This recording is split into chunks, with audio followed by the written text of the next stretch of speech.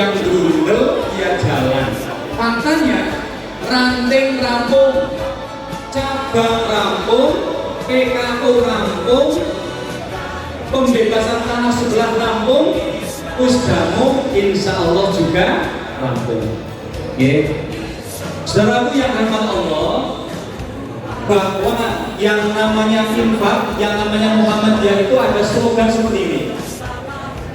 Muhammadiyah itu warganya setiap hari, ulangi, tiada hari tanpa memberi, tiada minggu tanpa membantu, tiada bulan tanpa iuran.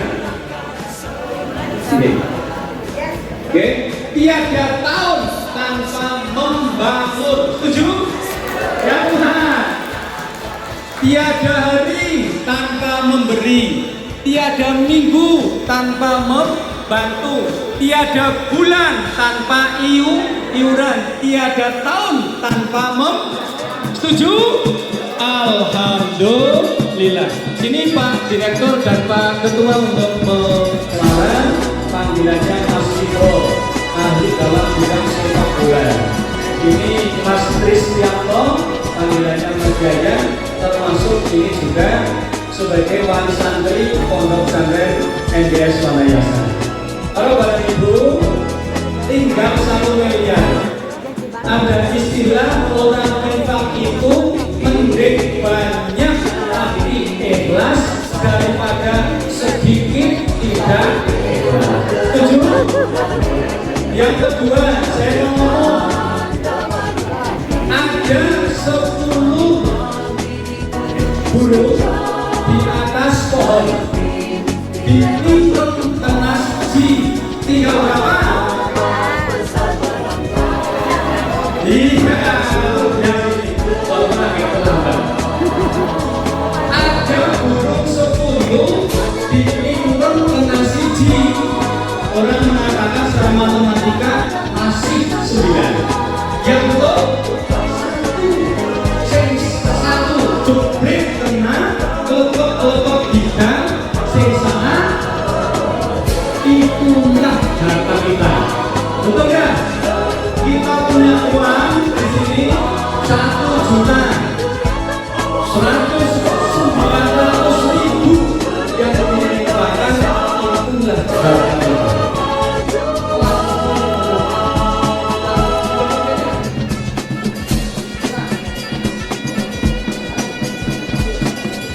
Infak terang-terangan boleh, sembunyi-sembunyi boleh. Monggo buka kita, panjenengan mau isi berapa dengan dari 10 juta, 5 juta, 2.500.000, 1 juta, 500, dan ada yang lainnya. Yang pertama, Assalamualaikum. Daftar 5 juta. Alhamdulillah.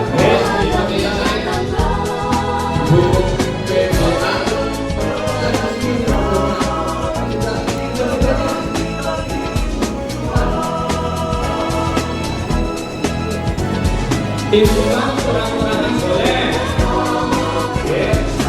sembunyi-sembunyi boleh. Monggo buka kertas, panjenengan mau isi berapa dengan 10 juta, 5 juta, 2.500.000, 1 juta, 500, dan yang lainnya. Baik, terima kasih. Wa barakah fima ataqaitum. Semoga Allah memberikan pahala harta-harta yang panjenengan berikan. Semoga Allah memberkahi harta-harta yang masih tersimpan. Barakallahu lakum fi ahlikum wa malikum. Ya Allah, berilah berkah pada panjenengan terhadap harta-harta panjenengan dan keluarga-keluarga panjenengan. Semoga panjenengan semuanya menjadi orang yang hidup penuh berkah di dunia wal akhirah. Rabbana atina fid dunya hasanah wa fil akhirati hasanah wa qina adzabannar. Subhana rabbika rabbil izzati amma yasifun. Wassalamun mursalin walhamdulillahi rabbil alamin. Dari saya cukup sekian karena acara insyaallah dalam waktu yang tidak lama lagi akan dimulai. Bila Bapak Tamsul dan Arif disilakan menikmati tempat yang sudah disediakan.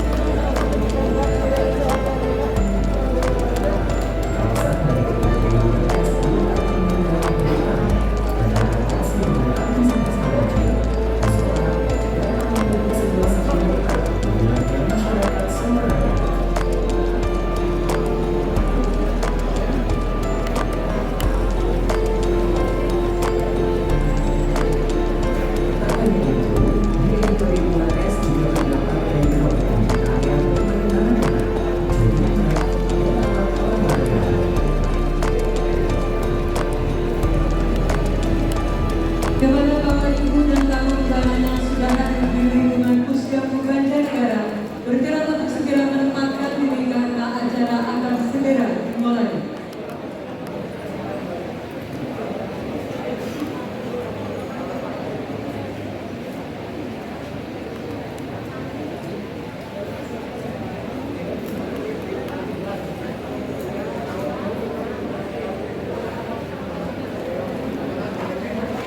Kosong ya? Saya kosong deh. Kosong? Iya. Assalamualaikum warahmatullahi wabarakatuh. Alhamdulillahirabbil alamin wa bihi nasta'inu ala umuri dunya waddin. Wassalatu wassalamu ala asrofil anbiya'i wal mursalin wa ala alihi wa sahbihi ajma'in, amma ba'du. Puji syukur kehadirat Allah Subhanahu wa taala atas limpahan rahmat dan karunia-Nya. Selawat dan salam kita sanjungkan kepada Nabi Muhammad Sallallahu Alaihi Wasallam. Yang terhormat Ketua Majelis Tarjim dan Tarjim Pimpinan Pusat Muhammadiyah Bapak Profesor Dr. Samsul Anwar MA, Wakil Ketua Majelis Tabligh Pimpinan Pusat Muhammadiyah Bapak TG Anhar Ansori PhD, Ketua Pimpinan Wilayah Muhammadiyah Bapak Dr. Tamsir MAG. Yang kami hormati Ketua Pimpinan Daerah Muhammadiyah beserta segenap pemimpin, Ketua Pimpinan Daerah Aisyah dan segenap pimpinan, Ortom tingkat daerah, serta Bapak Ibu hadirin dan tamu undangan yang kami hormati. Banjarnegara Kota Idaman, adat dan budaya tetap lestarikan. Selamat datang kami ucapkan pada Bapak dan Ibu hadirin sekalian. Bapak Ibu hadirin yang kami hormati, selamat datang di gedung Puskesmas Banjarnegara dalam rangkaian acara pengajian cabang ranting Muhammadiyah se-daerah Banjarnegara, Songsong Milad Muhammadiyah ke-113 Hijriah dan Muktamar Muhammadiyah ke-48 di Surakarta dengan tema Dakwah Muhammadiyah mencerahkan dan menggembirakan. Kita mulai rangkaian acara pada hari ini dengan melafazkan basmalah bersama-sama.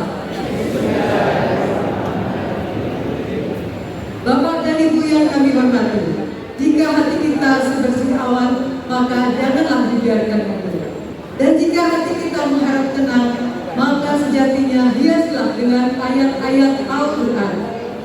Marilah sejenak kita tundukkan kepala dan hati kita untuk mendengarkan lantunan surat Al-Mulk ayat 1 sampai 9 kepada Saudara Muhammad Rifan.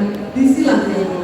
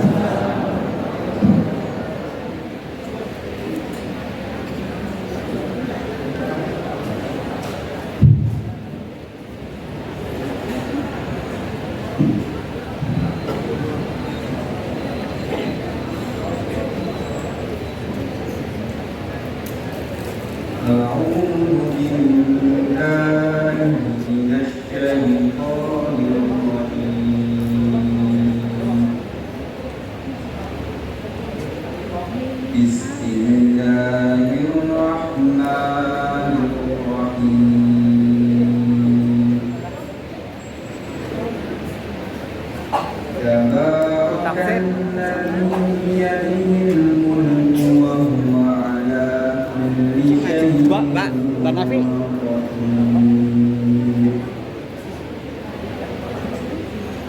الذي خلق الموت والحياة ليبلوكم أيكم أحسن عملا وهو العزيز الغفور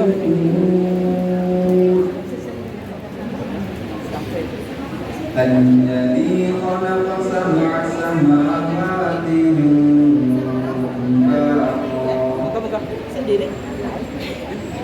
ما ترى في خلق الرحمن من تفاوت فارجع البصر هل ترى من فطور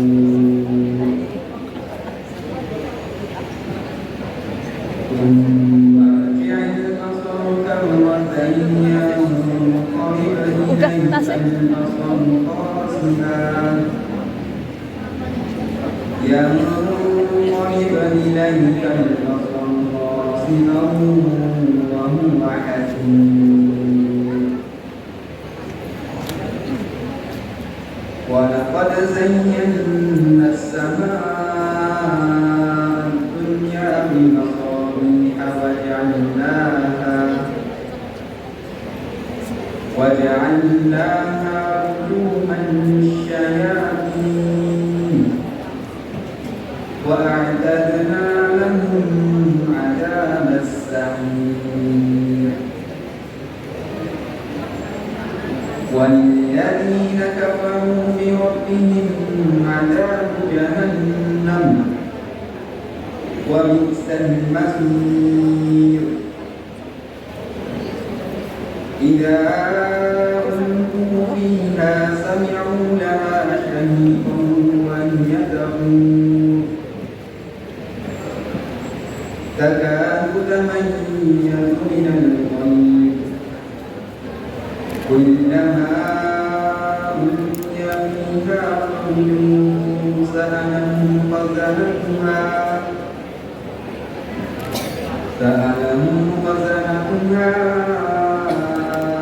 ألم يأتكم نذير قالوا بلى قد جاءنا نذير فكذبنا وقلنا ما نزل الله من شيء إن أنتم إلا في ضلال كبير صدق الله العظيم. السلام عليكم ورحمة الله وبركاته.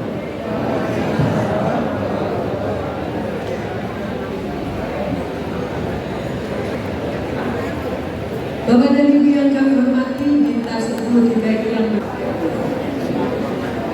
selanjutnya menyanyikan lagu Indonesia Raya dilanjutkan Mars Muhammadiyah dan Mars Aisyah dipandu oleh Yunda Yuniati.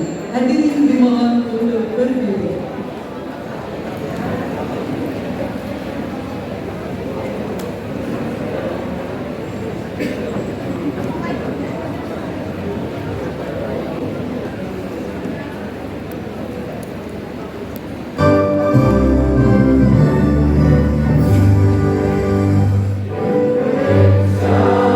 Tanah airku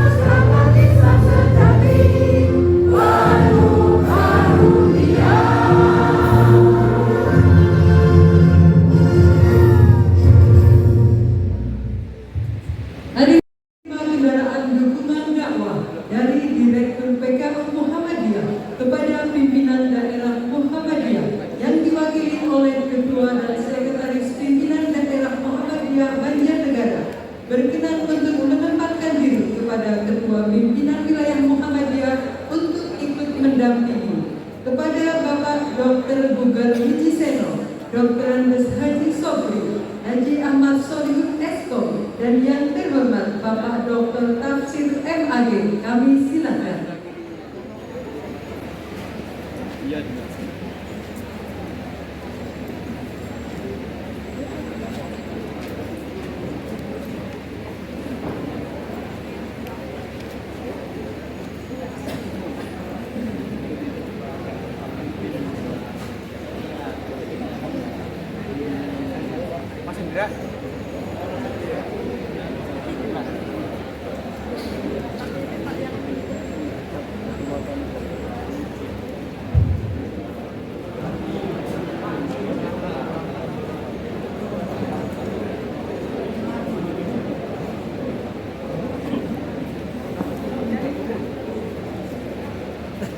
Assalamualaikum warahmatullahi wabarakatuh.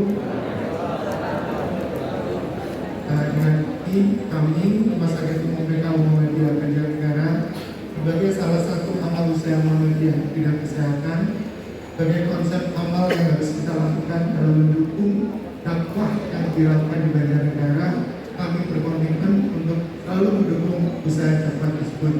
Dengan hal tersebut, sesuai instruksi dari Ustadz Dr. Tafsir MAG, kami memberikan 1 unit kendaraan Toyota Innova sebagai dukungan dakwah kami kepada pimpinan daerah Muhammadiyah. Mudah-mudahan Muhammadiyah selalu berkemajuan, Banjarnegara selalu berkembang, pimpinan daerah Muhammadiyah Banjarnegara selalu bisa menjadi yang lebih baik dan lebih baik lagi. Assalamualaikum warahmatullahi wabarakatuh. Terima kasih atas dukungan dari Rumah Sakit Umum PKU Muhammadiyah Banjarnegara atas fasilitas dakwah Muhammadiyah. Mudah-mudahan akan menjadi lancar, mobilitas akan menjadi lancar dalam dakwah di Banjarnegara. Terima kasih. Semoga Rumah Sakit Umum PKU Muhammadiyah terus bergas, bugar dan waras, dan terus berkemajuan. Assalamualaikum warahmatullahi wabarakatuh.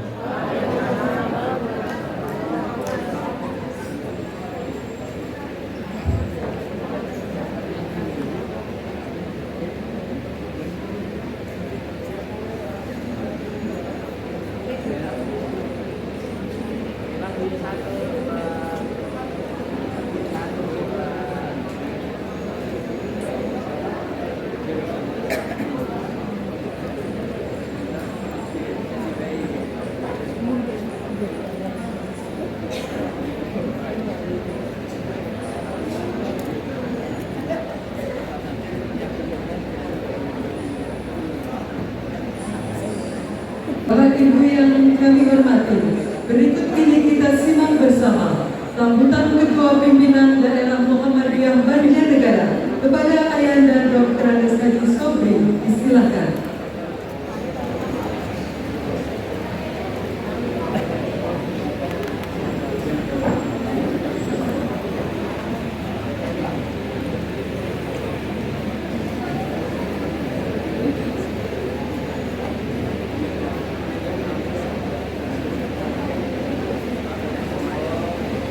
Assalamualaikum warahmatullahi wabarakatuh.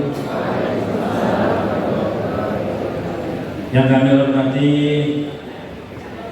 Ketua Majelis Tarjih dan Dastir Pimpinan Pusat Muhammadiyah yang insya Allah nanti akan bersama-sama kita pada sesi terakhir insya Allah. Yang kami hormati Bapak Tengku Guru Anhar Ansori PhD yang sedang istirahat karena dalam perjalanan dan persiapannya menuju Banjarnegara cukup melelahkan, dan nanti insya Allah akan bersama-sama kita pada sesi kedua pada pengajian cabang dan ranting. Yang kami hormati Ketua Pimpinan Wilayah Muhammadiyah Jawa Tengah Dr. Haji Tafsir beserta Ibu, Yang kami hormati rekan-rekan pimpinan daerah Banjarnegara, alhamdulillah lengkap, hanya ada insyaallah 2 anggota pimpinan yang berhalangan karena ada acara. Mudah-mudahan acaranya lancar. Direktur Rumah Sakit DKU Muhammadiyah Banjarnegara, pimpinan daerah Aisyah Banjarnegara beserta anggota pimpinannya, dan juga ketua Ortum di daerah Banjarnegara beserta anggota pimpinan cabang Muhammadiyah dan Aisyah se-Kabupaten Banjarnegara, serta pimpinan ranting se-Kabupaten Banjarnegara baik Muhammadiyah maupun Aisyah. Hadirin hadirat rahimakumullah. Pertama, mari kita selalu menyampaikan syukur atas karunia Allah yang tiada hentinya, yang terus-menerus diberikan kepada kita, termasuk hari ini kita bersama-sama bisa berkumpul di gedung dakwah Muhammadiyah Banjarnegara yang belum selesai pembangunannya. Walaupun belum selesai, kita sudah menentukan untuk menggunakan gedung ini, yang rencananya kemarin mau diletakkan di atas, tapi karena beberapa hal maka untuk diletakkan di lantai bawah untuk pertemuan hari ini. Alhamdulillah, mudah-mudahan ini nanti musyawarah daerah sudah selesai, walaupun musdanya akan dilaksanakan di Medan. Selawat dan salam kita sampaikan kepada Nabiullah Muhammad SAW, kepada sahabatnya, keluarga, dan siapa saja yang menjadikan Rasulullah sebagai uswah hasanah, contoh teladan yang kita teladani, yang kita ikuti apa yang sebagai sabda-sabdanya, amalnya kita ikuti, sehingga akan menjadikan sebagai pedoman bagi kita untuk melaksanakan agama kita. Hadirin rahimakumullah, selamat datang di gedung dakwah Muhammadiyah yang insya Allah sudah 60 sekian persen, sudah 80% insya Allah untuk pembangunannya. Yang ke depan juga alhamdulillah rumah yang kita beli, rumah dan tanah yang kita beli sudah mulai dimanfaatkan. Sedang tata-tata lazismu untuk menempati rumah yang kita beli tersebut. Nanti juga dengan ortom yang lain, mungkin pemuda juga akan memanfaatkan, nanti kita bagi untuk kita manfaatkan bersama. Mudah-mudahan semuanya akan memberi manfaat.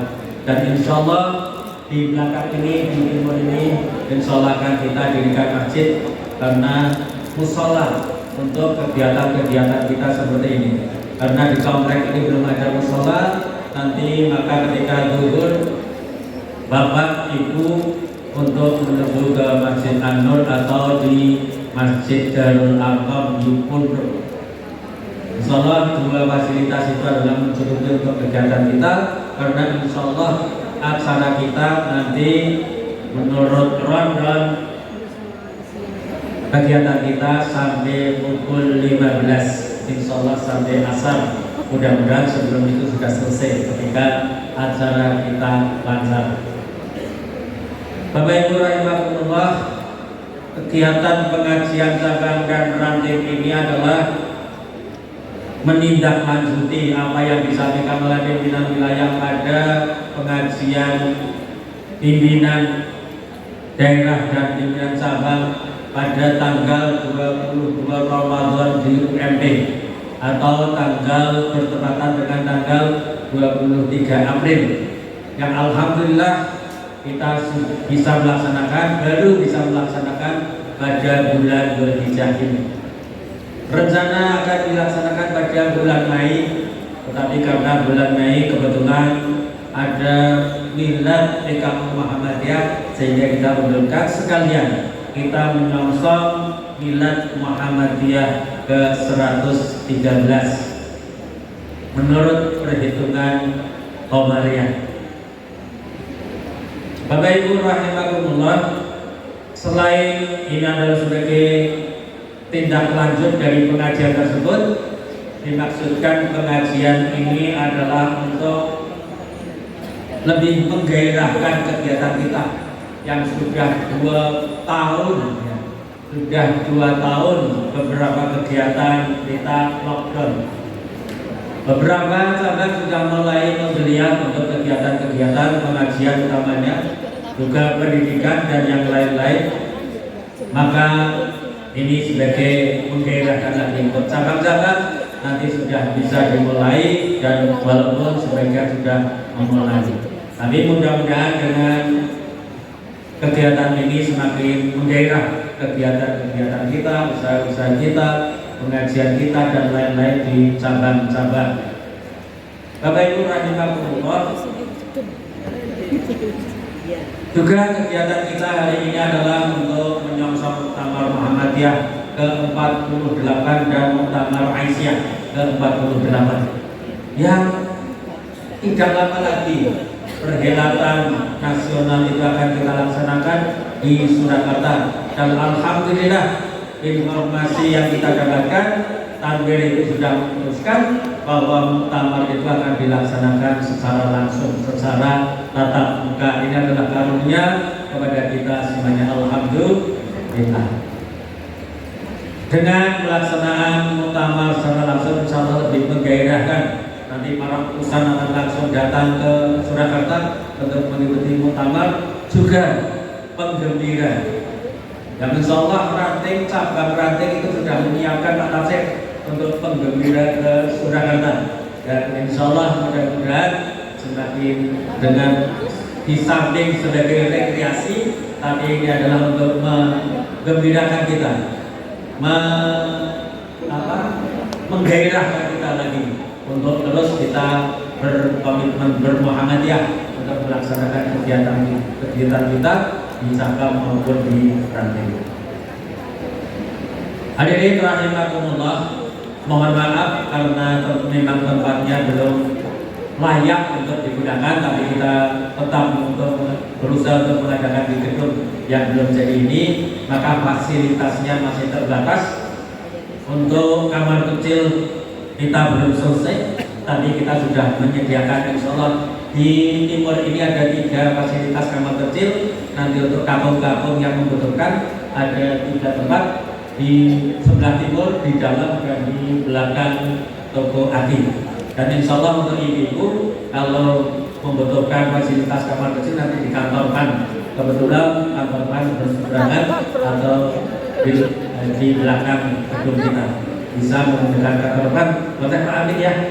Alhamdulillah ini Pak Amin sudah mengizinkan ini untuk digunakan fasilitas kamar kecil nanti di belakang. Maka sekali lagi mohon maaf, mari kita simak bersama apa tausiah yang akan disampaikan oleh Ketua Pimpinan Wilayah Muhammadiyah Jawa Tengah nanti pada saatnya, dan kemudian pada materi-materi berikutnya yang akan disampaikan oleh pimpinan pusat. Sebagai pimpinan daerah kami sampaikan sekali lagi terima kasih kepada semua pihak yang telah membantu kita, yang telah melaksanakan kegiatan ini dengan alhamdulillah, walaupun masih murah-marik di belakang masih belum baru dadakan di ini, blur juga baru 3 hari yang lalu di blur. Ini alhamdulillah ini teman-teman kita sudah mempersiapkan segalanya. Mudah-mudahan ini akan berjalan dengan lancar dan tidak mengurangi kegiatan kita pada hari ini. Bapak Ibu rahimakumullah, itu yang kami sampaikan. Nanti bersama kita simak apa yang akan disampaikan oleh beliau Ketua Pimpinan Wilayah Muhammadiyah Jawa Tengah, juga nanti dari pimpinan pusat. Kita simak bersama untuk pembekalan kita, untuk membekali kita dalam kegiatan selanjutnya. Demikian aku kepada Anda astagfirullah wa lakum. Billahi taufiq wal hidayah. Assalamualaikum warahmatullahi wabarakatuh.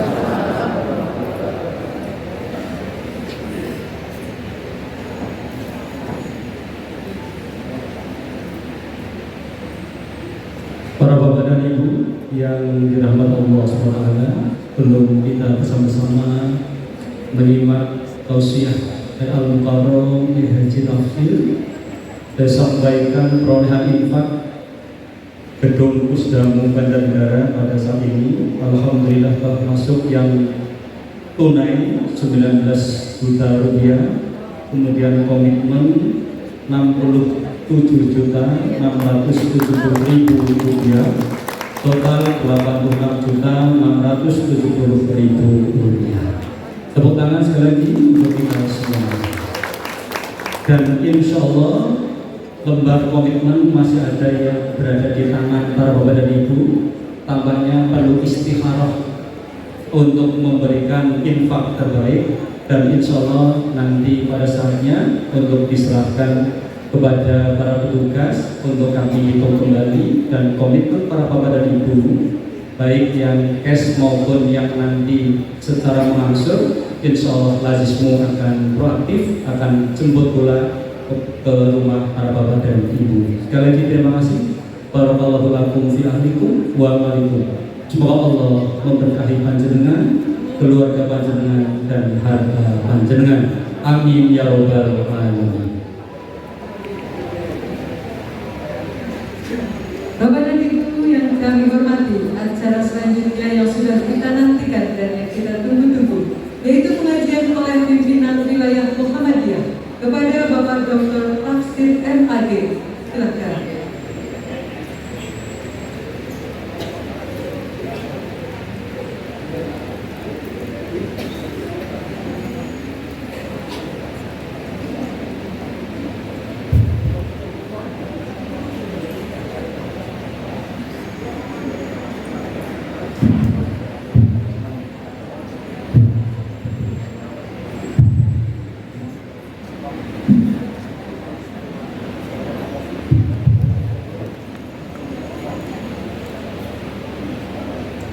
Assalamualaikum warahmatullahi wabarakatuh. Waalaikumsalam. Alhamdulillah, alhamdulillahilladzi hadana li hadza wa ma kunna nahtadiya laula an hadanallah. Asyhadu an la ilaha illallah wa la syarika lah wa asyhadu anna Muhammadan abduhu wa rasuluh. Allahumma shalli wa sallim ala nabiyyina Muhammadin wa ala alihi wa sahbihi ajma'in. Yang saya hormati Ketua Pimpinan Dewan Muhammadiyah Kabupaten Negara, Bapak Kiai Haji Sotri beserta jajaran PDM. Yang saya hormati Ketua Umum Daerah Asia beserta seluruh jajarannya, para pimpinan cabang Muhammadiyah Daerah Asia, para pimpinan ranting Muhammadiyah Daerah Asia, para pimpinan Hukum, para pimpinan amal usaha Muhammadiyah, khusus Direktur Rumah Sakit PKU Muhammadiyah Banjarnegara yang sudah memberi fasilitas mobil untuk PDN. Aisyah nyusul karena memang tidak boleh Suatu saat. Amin ya Allah. Muhammadiyah tiga komponen, ada jamiah, ada jamaah, ada jamiah organisasi, dan ada amal usaha Muhammadiyah. Ketiganya harus sinergi, kerjasama, tidak boleh sama-sama kerja. Sehingga antara ketua PDM dengan direktur itu harus kerjasama. Kursi ketua PDM minimal sama dengan kursinya direktur rumah sakit. Jangan sampai kursinya direktur bagus, kursinya ketua PDM kursi paten. Kursi paten yang plastik itu ya, kalau dibeli yang gemuk mesti pecah. Itu jangan sampai. Mobilnya direktur, mobilnya ketua PDM ya harus sama dengan fasilitas direktur rumah sakit. Jangan sampai direktur pakai Innova, ketua PDM Avanza. Kalau terjadi direkturnya dosa ya. Maka mobilnya minimal juga sama sebagai ketua PDN. Kalau pribadi mau pakai Honda mau pribadi, tapi sebagai ketua PDN mobilnya ketua PDN harus minimal sama dengan mobilnya direktur rumah sakit. Jangan sampai syukur bisa lebih dari punya direktur rumah sakit fasilitasnya, karena kita harus silen. Karena begitu juga dengan kantor persyarikatan. Jangan sampai rumah sakitnya magrong-magrong, PDM nggak punya kantor. Itu juga keliru. Jadi jangan sampai AU-nya lebih megah dari kantor persyarikatan. Ini saya kira bentuknya sudah jadilah. Besok pasti akan sama antara kantor PDM dan rumah sakit ekonomi benar ya. Terima kasih Pak Direktur. Ya. Jadi harus saling sinergi antara direktur dan PDM, antara pimpinan dan direktur. Apa Bapak Ibu bedanya direktur dengan pimpinan? Apa Bapak Ibu bedanya direktur rumah sakit dengan pimpinan Muhammadiyah? Apa bedanya? Kalau direktur hitungannya jelas. Kalau pimpinan nggak ada hitungannya. Maka direktur harus paham kepada pimpinan. Karena pimpinan nggak ada hitungannya. Tapi kalau direktur hitungannya jelas. Peluang juga itu berapa kilometer jelas hitungannya. Nah kalau pimpinan 24 jam di kantor nggak ada hitungannya. Itu bedanya direktur dengan pimpinan. Maka jangan sampai direktur tidak paham akan pimpinan. Bapak Ibu yang saya hormati, maaf saya pakai sarung karena kan dari subuhan daripada ribut langsung aja berangkat. Ada sarung, ada jubah, ada gamis. Mana yang paling syar'i Bapak Ibu? Mana yang paling syar'i di antara jubah, sarung dan gamis? Tentu tidak ada yang paling syar'i. Karena syar'i hanya menyebut menutup aurat, itu syar'i. Tapi bagaimana mengatasikan bentuk menutup aurat itu kreativitas budaya. Maka Bapak Ibu perlu mencerahkan mana syariah, mana fikih, mana budaya. Tapi esok mungkin nggak sih berani khotbah tanpa kupluk di masjid besar atau masjid agung di Banjarnegara? Apa ada di antara Balai Muhammadiyah berani khotbah tanpa kupluk di masjid agung Banjarnegara? Pertanyaannya, apa ada syariah kupluk? Coba, apa ada syariah kupluk Bapak Ibu? Nggak ada. Kenapa Bapak Ibu nggak berani tanpa kupluk?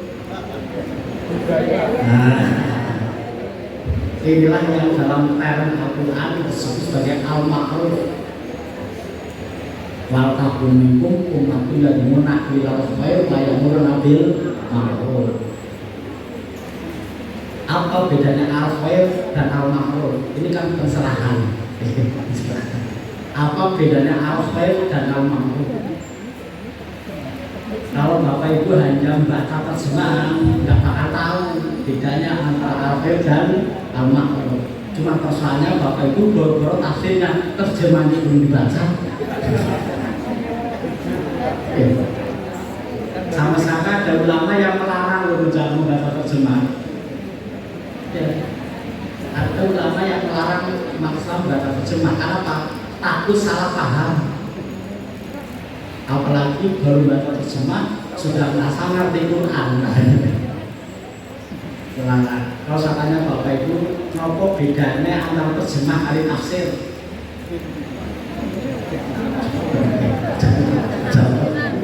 Tapi apa bedanya terjemah kali tafsir?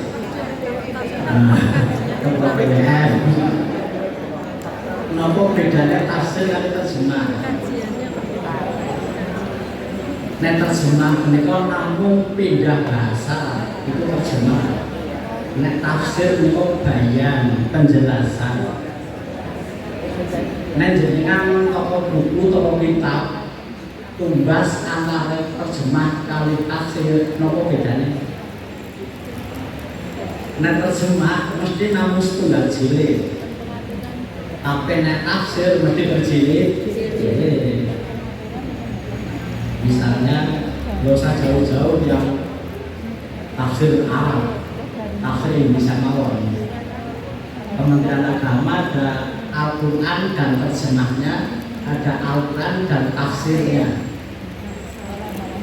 Kalau Al-Quran dan terjemahnya cukup 1 jilid, tapi kalau Al-Quran dan tafsirnya pilih jilid kalau itu. Itu rumah soal ini. Pinter jilid Al-Quran dan tafsirnya sama-sama Kementerian Agama 11 jilid, setunggal jilid muqaddimah, 10 jilid tafsirnya.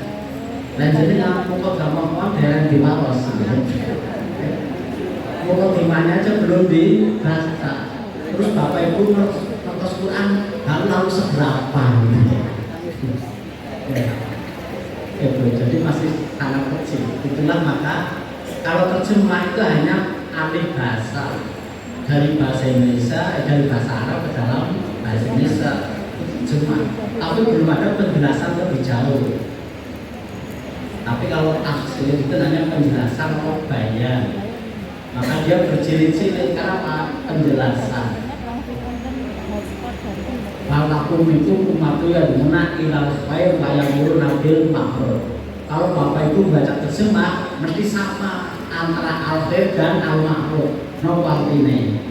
No terjemahane. Baik. Al-khair yang baik, al-ma'ruf juga baik. No sami antara al-khair dan al-ma'ruf. Di terjemah nggak ada penjelasan itu, adanya di kitab tafsir. Misalnya tafsir Al-Bayan Ibnu Jarir At-Tabari, al-khair di mana yad'una ilal khair, di mana yad'una ilal Islam, kan gitu. Maka oleh jamaah sekalian ini ayat dipakai sebagai inspirasi budaya Muhammadiyah sebagai gerakan dakwah. Karena yad'una ilal khair di mana yad'una ilal Islam, ngajak wong supaya mlebet agama Islam, yad'una ilal khair. Maka nanti mufassir lain yang namanya al khair adalah kebaikan menurut ukuran syariah. Itu al khair. Karena tidak semuanya kebaikan menurut ukuran syariah. Contohnya goblok lebih. Goblok orang syariah. Tapi Bapak Ibu yang suka khotbah pengajian jarang berani lepas goblok. Nah, kalau mau tak memiliki buatan kumpulkan berikut dengan. Nah, kalau mau tak memiliki buatan kumpulkan berikut dengan. Dia temenan orang ya. Dia temenan orang kubal kundulan kan nanti ya. Tapi kan nggak ada syariatnya. Nggak ada syariat goblok. Layak seperti namanya makruh. Bukan ukuran syariat, tapi ukuran kemakrufan. Makruh sokot menurut artinya ada kebiasaan kelaziman. Kebaikan membuat kelaziman. Kebaikan membuat kelaziman itu bukan syariat, bukan hukum, tapi tradisi kebudayaan. Maka setiap agama menghasilkan budaya masing-masing.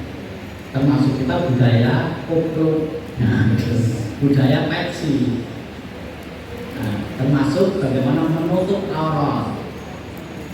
Kalau di Arab juga, di Pakistan, Afghanistan, Gamis, di Indonesia, tidak ada yang lebih syar'i di antara itu, karena syariat hanya berprinsip bagaimana menutup aurat. Bahkan kalau hanya syariah saja tanpa al-ma'ruf nanti belum lengkap. Contohnya, kalau Bapak Ibu lihat yang namanya aurat laki-laki dari mana sampai mana, dari pusat sampai lutut. Kalau mau tak pergi yang Bandung, angsal pembadan, angsal pembadan membuat syariah, angsal, mukul ke bangsen, sangat. Maka lalu ada ukuran kepantasan. Kepantasannya pakai apa? Kepantasannya pakai taruh, pakai baju koko, kupluk. Itu kan kepantasan. Nah, balik Muhammadiyah tampil langsung pakai training telepon. Nah, sah tertutup orang. Cuman kamu jamaah bermenang.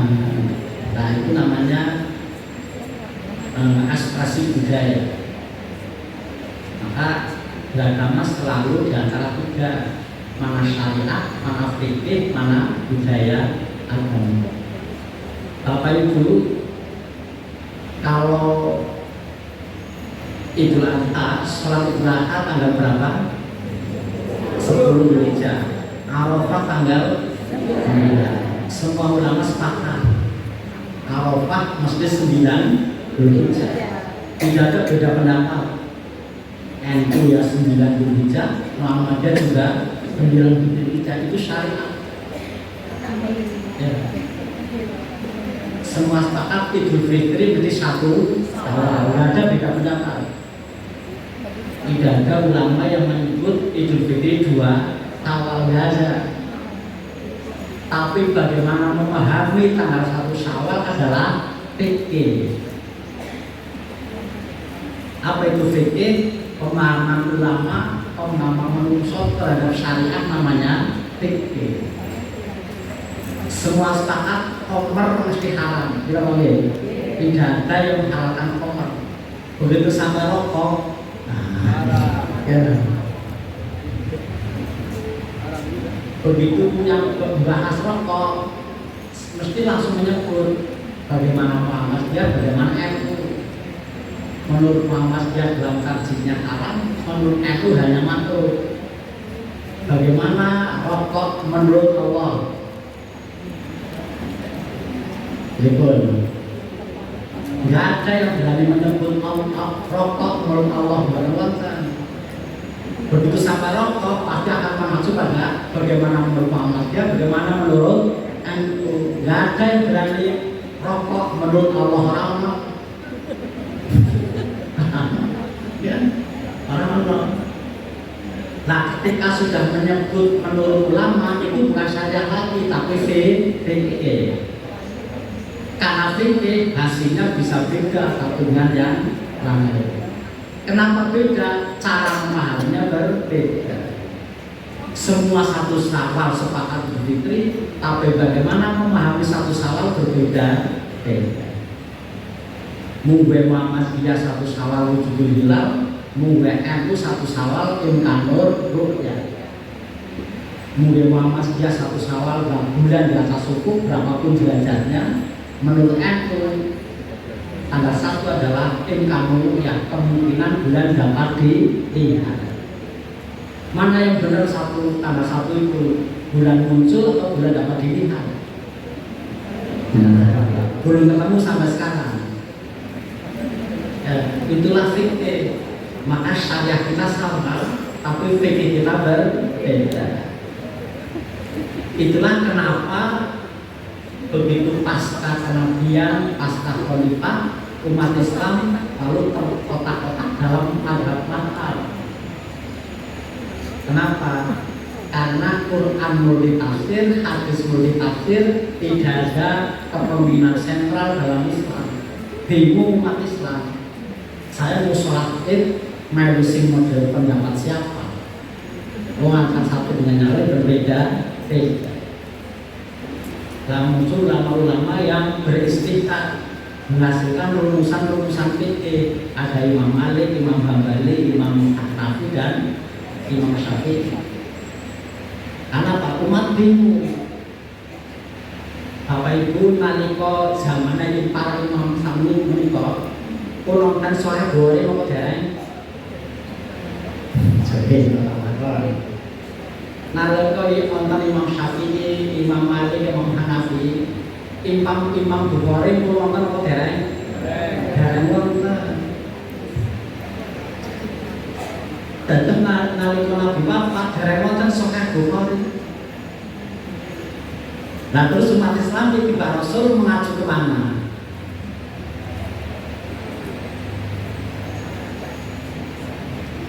Imam Bukhari kali Imam Syafi'i dua mana Bapak Ibu? Dua Imam Syafi'i. Imam Bukhari adalah muridnya Imam Syafi'i. Tapi jenengan ora usah dari tanya bilang kalau itu Pak Tasir guru kali murid sah pundi.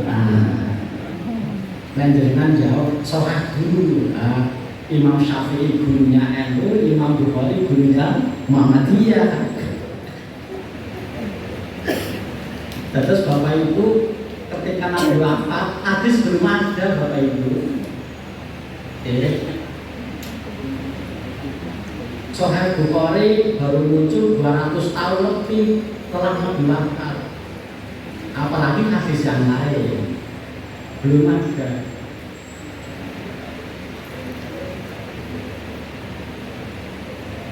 Imam Bukhari lahir tahun ini Bapak Ibu.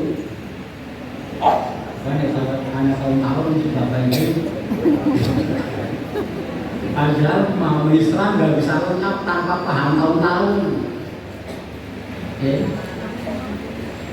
Islam nggak bisa dipahami secara komprehensif tanpa paham tahun-tahun. Imam Bukhari namanya lahir tahun 194 setelah Hijriah. Padahal itu imam yang paling awal, baru lahir 194 setelah Hijriah. Sementara Nabi wafat tahun pinten? Ada yang menyebut 9, ada yang menyebut 10. Ya udah ditambah 10. Nah kalau Nabi wafat tahun 10, Imam Bukhari lahir 194, kan 184 tahun Nabi wafat, nambah Imam Bukhari lahir. Imam Bukhari pindah dengan Nabi nomor betul. Lah bagaimana umat Islam mau ittiba Rasul, hadis belum ada.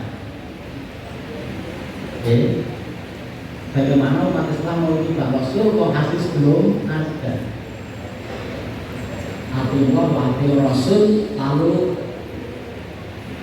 kalau Allah kepada Al-Quran sebagai kalamullah, arti Rasul kepada sunnah Rasulullah. Apa itu sunnah? Sunnah adalah ma'u dipak ila Nabi sallallahu alaihi wasallam aulan au filan au takriran.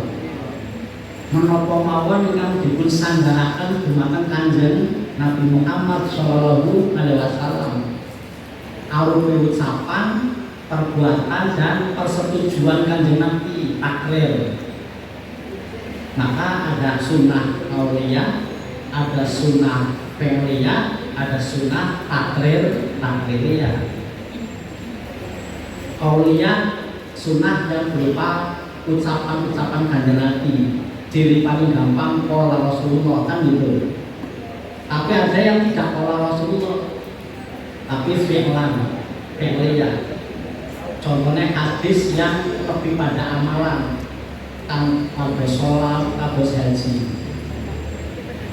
Kalau tak takon, mereka waktu guru olahraga apa mboten?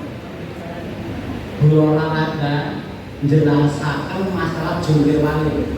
Gampang praktek maupun gampang nerangkan. Jadi menjelaskan jungkir balik gampang praktek daripada menjelaskan. Maka begitu tentang sholat, Nabi tidak menjelaskan runtut bagaimana cara sholat. Hanya Nabi menyebut sholu kama ra'aitumuni usolli. Sholatlah kamu sebagaimana melihat kamu saya sholat. Kenapa? Ribet kan dijelaskan. Maka lihat saja. Karena melihat dia aja, yang satunya yang lain penglihatannya berbeda. Maka cara sholat kita berbeda. Itulah fikih. Mau sujud, lutut dulu atau tangan dulu? Tangan dulu atau lutut dulu? Walau alam bisawab. Nabi tidak meninggalkan VCD masalahnya gitu. Tahiyat langsung ngacung, nunggu saja, muter-muter. Mana yang benar ngacung tahiyat itu? Apa duduk langsung ngacung, nunggu saja atau muter-muter? Itulah fikih. Nah, beribadah butuh kejelasan. Beribadah butuh kejelasan. kapan saya sholat Idul Adha harus benar, kapan saya puasa Arafah harus benar. Tetapi tidak ada tafsir tunggal, tidak ada tafsir resmi. Adanya tafsir pemahaman atau fikih mubah para ulama yang hasilnya berbeda. Lalu bagaimana umat seperti ini? Maka yakinlah dengan pemahaman yang Bapak Ibu yakini. Karena kita Muhammadiyah, ikuti saja apa yang diputuskan oleh Muhammad, dan itulah cara beragama. Itulah pentingnya ada Muhammadiyah, ada NU, ada yang lain. Supaya apa? Supaya jelas penafsirannya, sehingga jelas bagaimana saya mempraktekkan agamanya. Tetapi nggak bisa jadikan satu. Kenapa? Quran multi tafsir, hadis juga multi tafsir. Sehingga sebelum Sahih Bukhari muncul, yang lebih muncul adalah para ulama besar yang dengan kemampuannya beristihad dan menghibur hadis yang beliau mampu. Jadilah Imam Malik mengumpulkan istihad dan hadis yang mampu beliau kumpulkan dalam kitab Al-Muwatta. Imam Syafi'i beristihad sesuai dengan lingkungannya dan hadis yang mampu beliau hafal, yang beliau pahami. Jadilah kitab Al-Um dan Al-Risalah. Tetapi ketika kitab Al-Um dan Al-Risalah disusun, jarang nonton Bapak Ibu Sahih Bukhari, jarang nonton Sahih Muslim. Sehingga tidak mungkin di kitab Al-Risalah, di kitab Al-Um ada kata-kata Rawahul Bukhari. Tidak mungkin lah. Kenapa? Lalu kalau kitab ini tidak ada. Tapi beliau imam, para imam ini hidup sebelum para imam hadis. Dan baru 200 tahun lama diwakaf baru muncul Imam Bukhari, Imam Muslim, Tirmidzi dan sebagainya yang benar menyusun hadis. Tapi menyusun hadis ini sudah didahului oleh para imam yang disebut oleh para pengikutnya sebagai imam mazhab. Itulah fikih Bapak Ibu, sehingga kita berada dalam keseragaman syariat tapi berada pada keragaman fikih. Semua sepakat Idul Fitri 1 Syawal, tapi bagaimana menentukan satu tanggal 1 fikih. Karena fikih hasilnya bisa beda. Termasuk besok dalam Idul Adha. Bapak Ibu nggak usah kemudian dikaji Muhammadiyah, nanti mungkin akan dijelaskan oleh Profesor Samsun Ahlan. Salah satu prinsipnya adalah terbuka dan toleran. Itu prinsip tajih Muhammadiyah. Terbuka dan toleran. Terbuka, Muhammadiyah siap dikoreksi. Kalau memang hasil istilah ulama di Muhammadiyah dianggap kurang kuat dalil yang dipakai. Itu terbuka. Toleran, Muhammadiyah tidak akan menyalahkan pendapat ulama yang lain. Jika Bapak Ibu nggak usah nge-share pendapat ulama yang tidak setuju dengan NU. Wong sudah punya metodologi pemahaman masing-masing. Siapa yang ngerti kalau Arafah itu hari Jumat atau Sabtu? Arab yang pendapat, Indonesia ya pendapat. Namanya pendapat pasti relatif. Jadi kita nggak bisa kemudian yang benar yang tanggal 9. Kalau nyatanya Muhammadiyah pernah beda dengan Arab, gitu apa gitu. Jadi nanti dengan dibalas suatu ketika Muhammadiyah beda dengan Arab, kan gitu. Ya untuk sekarang kita sama dengan Arab. Suatu ketika bisa jadi Muhammadiyah yang beda dengan Arab. Kalau nyatanya beberapa tahun yang lalu kita beda dengan Arab, Saudi. Kebetulan saya sedang tugas haji. Sedang tugas haji beda antara Muhammadiyah dan Arab Saudi. Kan banyak di telepon, Pak Asri telepon ini sing laras Muhammadiyah motor Arab gitu. Saya jawab, kalau pimpinan Muhammadiyah yang harus di Muhammadiyah. Mau saya pimpinan Muhammadiyah ya. sehingga studi apa di Muhammadiyah. Tapi kalau tahu tentang Arab, masa kalau ikut Muhammadiyah, emangnya buku sendirian. Karena saya di Arab, maka saya ikut pendapat Arab Taudi. Makanya jangan kemudian Bapak Ibu mengolok-olok sekarang yang beda dengan Muhammadiyah karena mau sama dengan Arab Saudi. Suatu ketika yang beda adalah Muhammadiyah. Oh nyatanya, sudah pernah terjadi. Sudah pernah terjadi Muhammadiyah beda dengan Arab Saudi.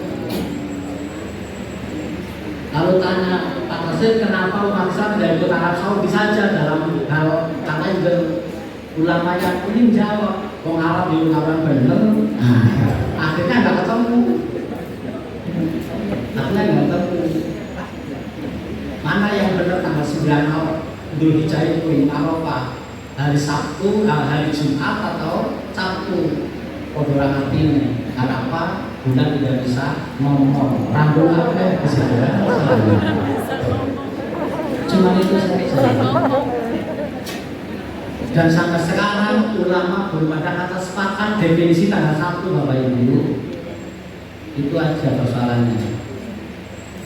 Jadi ulama sampai sekarang belum ada kata sepakat menopor definisi tanggal 9. Meh-meh wong Jawa ya telat. Alisen ada sepisan, itu aja dipakai patasiran bukan? Alisen ada sepisan, itu kan Jawa. Lah alisen ada sepisan itu kan bulan wis sendiri. Itu nek dihitung bener pun tanggal 5. Pun tanggal gangsal, telat kadoan, nggak bisa untuk ukuran. Sehingga apakah Ru'yatul Hilal atau Hisab, keduanya belum ada kata sepakat untuk disetujui sebagai satu model pemahaman. Maka syariahnya sama, pemahamannya berbeda. Maka Bapak Ibu ketika berada pada keragaman seperti ini, nggak usah ragu, ikutilah ulama yang Bapak Ibu pahami.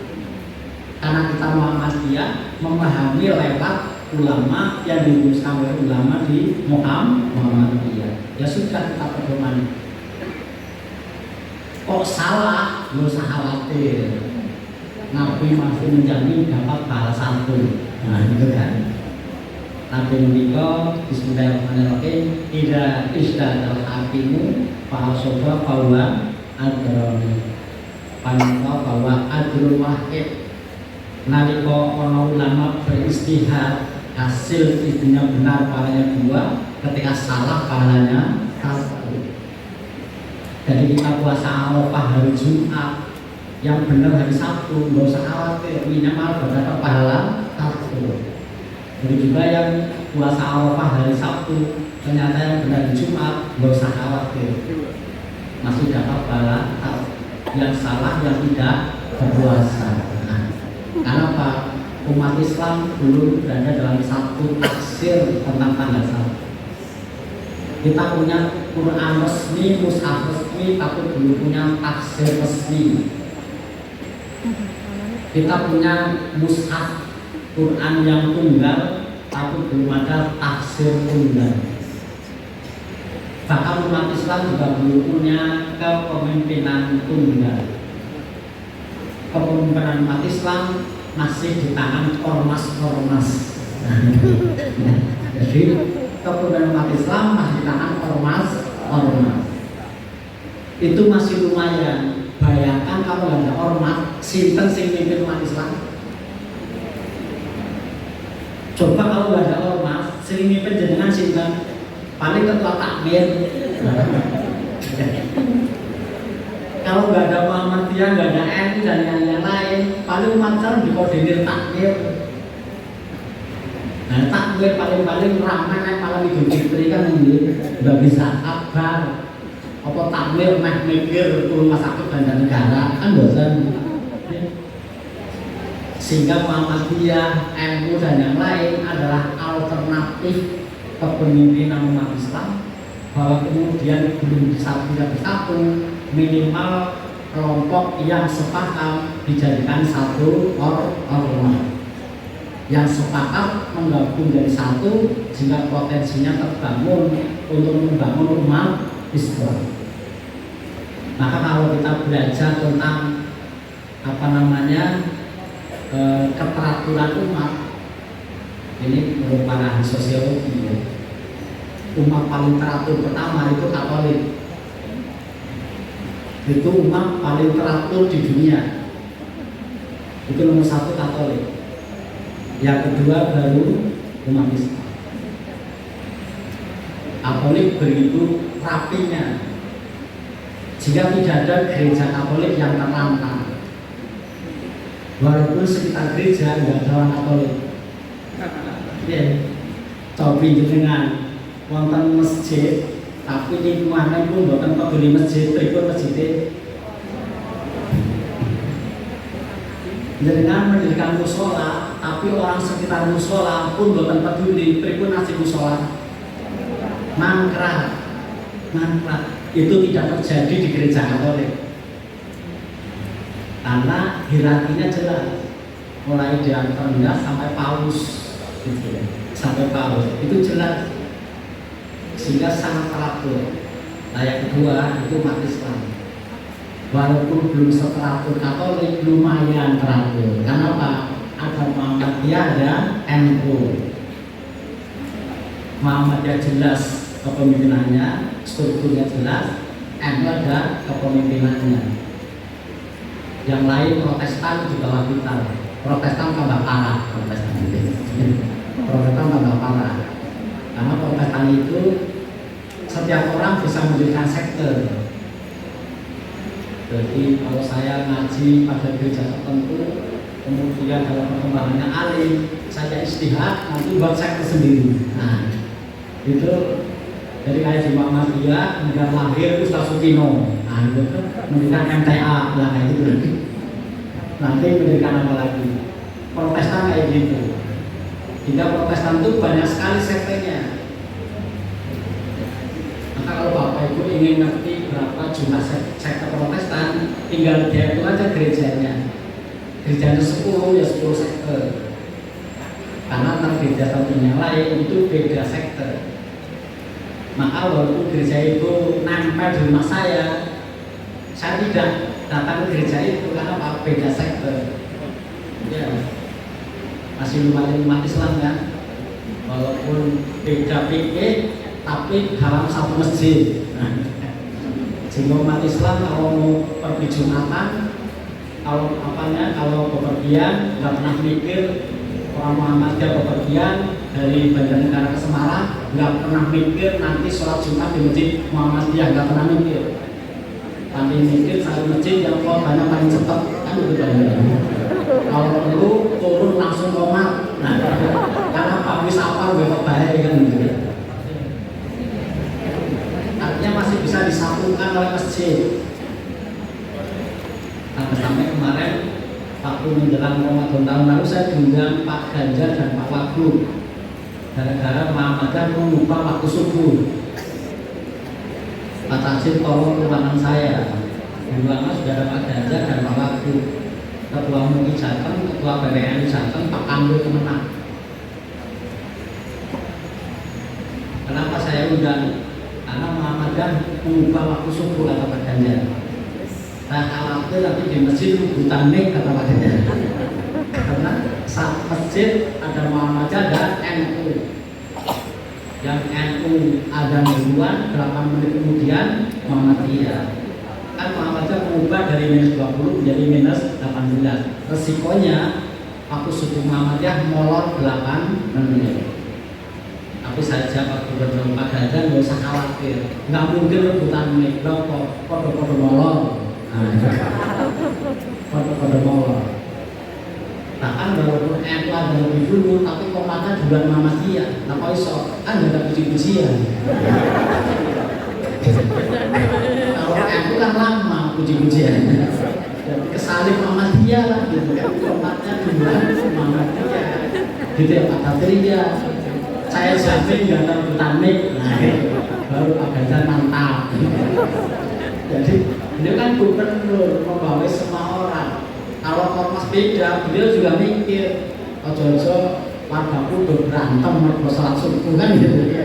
Ya beliau langsung sikap undang ketua PWNU, undang ketua PWN supaya kita tidak rebutan mic. Alhamdulillah nggak ada kan rebutan mic. Mungkin rebutan masjid, mungkin malah kalau rebutan mic nggak ada. Itulah Bapak Ibu fikih. Muhammadiyah adalah fikih, NU adalah fikih. Karena di sana adalah istihad para ulama yang kemudian hasil istihadnya menjadi jumlah Bapak Ibu beribadah. Maka sebagai Muhammadiyah kita beribadah mengacunya pada hasil istihad ulama di Majelis Tajim Muhammadiyah. Sehingga Bapak Ibu nggak usah ragu dengan hasil istihad para ulama di Majelis Tajim. Kalau toh Bapak Ibu kemudian mengambil pendapat ulama di luar Muhammadiyah, ya untuk sekedar wawasan komparasi boleh. Tapi yang kita pedomani adalah yang diputuskan oleh Majelis Tajim Muhammadiyah. Kok beda? Namanya juga hasil istihad. Hasil istihad tidak boleh untuk menyalahkan yang lain, tapi juga tidak boleh disalahkan oleh yang lain. Hasil istihad adalah pedomani bagi mereka yang sepakat. Karena kita Muhammadiyah, kita sepakat dengan apa yang diputuskan oleh Majelis Tajim Muhammadiyah. Maka kita sholat id pada hari Sabtu, puasa Arafah pada hari Jumat. Mantap saja. Mantap saja. Gak usah terpengaruh oleh WA. Gak usah terpengaruh oleh WA. Karena apa?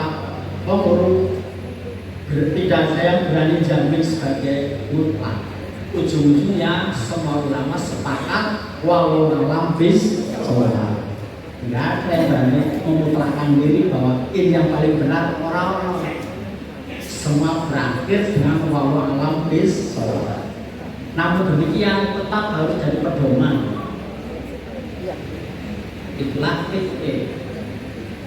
Jadi syariah itu mutlak benar, tidak pernah berubah, sama, itu syariat. Tapi begitu sampai fikih beragam, bisa berubah dan tidak mutlak benar. Buktinya apa? Buktinya satu bisa berubah pendapatnya, yang kedua mengakhiri dengan walau alam bisa. Ya. Muhammadiyah berubah aku syukur dari minus 20 menjadi minus 18. Tapi yang berubah itu pahamnya, pemahamannya, bukan ayatnya, Bapak Ibu. Ayatnya nggak mungkin diubah karena ayat adalah syariah. Jika tidak mungkin syariah berubah, syariah tetap dan syariah mutlak benar, tidak mungkin syariah salah. Cuman syariat masih bahasanya Gusti Allah itu Quran, bahasanya Kanjeng Nabi itu hadis. Kita tidak bisa ketemu langsung, Nabi sambung manfaat belakang. Tetap memahaminya lewat para ulama. Ulama satu dengan lain berbeda. Beruntunglah ada Muhammadiyah, Bapak Ibu jelas dalam ibadah. Ya. Coba kalau ada Muhammadiyah bingung kan dengan bingung kapan bilang, tapi kan beda dengan pemerintah Pancasila lakukan mereka ke depan jadi satu, tapi tidak tahu kapan bisa bersatu. Kata itu. Mudah-mudahan ulama Indonesia berhasil menyusun apa sepakat, kalau menyusun bisa sepakat berada dalam satu kalender global. Kalendernya sudah ada, tapi masih agree in disagreement, setuju dalam perbedaan. Jadi masih setuju dalam perbedaan. Ujung-ujungnya itu setuju dalam perbedaan. Makanya belum bisa disatukan, tapi itu fikih. Nah kemudian setelah fikih ada budaya keagamaan, karena ada makruf tadi. Hingga setiap kita menghasilkan ekspresi budaya masing-masing. NU mengajarkan budaya keagamaan tahlilan, yasinan, itu budaya keagamaan yang mereka ciptakan. Muhammadiyah budaya keagamannya mendirikan rumah sakit, mendirikan panti asuhan, sekolah, itu kebudayaannya Muhammadiyah. Mereka istighosa, mujadah kubro, itu beberapa kebiasaan yang mereka buat dengan tujuan yang mereka pahami. Mujadah kubro, sahur-sahur, kumpul bareng dari jam 6 sampai jam 12. Anggarannya 1 miliar, macam buatan nyambung 1 miliar kok bikin rumah kelas 15. Nah, itu kan Muhammadiyah. Itu kan Muhammadiyah. Lah NU juga gak paham kok iso Muhammadiyah. Wong SIT kok iso bangun rumah sakit PKU Banjarnegara. Kayak NU takon Pak Tasir dikira apa ampuh men. Ya NU sampai bingung, ampuh men wong NU Muhammadiyah dikira apa. Wong bilang bintik tapi iso bangun dengan harga miliaran. NU ora iso ngono. Inilah budaya keagamaan yang kita ciptakan. Pengajian Ahad pagi se-Indonesia mengajar Ahad pagi jam 6 sosial paksa Indonesia itu biar Muhammadiyah. Akhir apa itu tidak meniru gereja, nah gereja kan malah cepat lagi nanti ya. Itu jam-jam nanti nyampe gereja tafsir. Udah waktu kan netral. Kita punya waktu, punya jadwal, mereka punya jadwal. Tapi itulah kultur kita. Pengajian Ahad pagi itu serempak se-Indonesia gitu. Kadang-kadang saya pikir-pikir juga pengajian Ahad pagi jam 6 orang Tuban. Belum ingat buatan kerasan, angkat langsung buatan biru kan itu. Jam 6 dari Semarang ke Tuban. Bahkan Tuban itu kuliah subuh rutin. Tidak diterima kok mosok ku balik kok ora gelem mandi gitu kan. Tak tahu kok aku kudu ora turu. Lah maka jam 12 dari Semarang berangkat jam 12. Kalau tidur dulu kebablasan gitu. Ya sudah itu resikonya jadi pelayan umat. Tetapi itu harus dijalani dengan penuh gembira. Kalau Bapak Ibu paham mana syariat, mana budaya, mana fikih, itu bagaimana Bapak Ibu terserahkan dalam memahami Islam. Tetapi Bapak Ibu harus tetap gembira.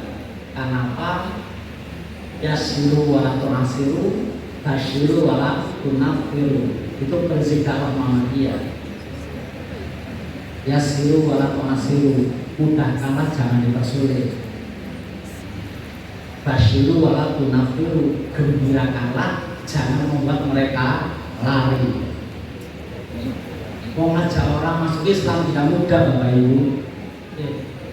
Ngajak orang masuk Islam tidak mudah. Maka jangan sampai mereka lari dari Islam.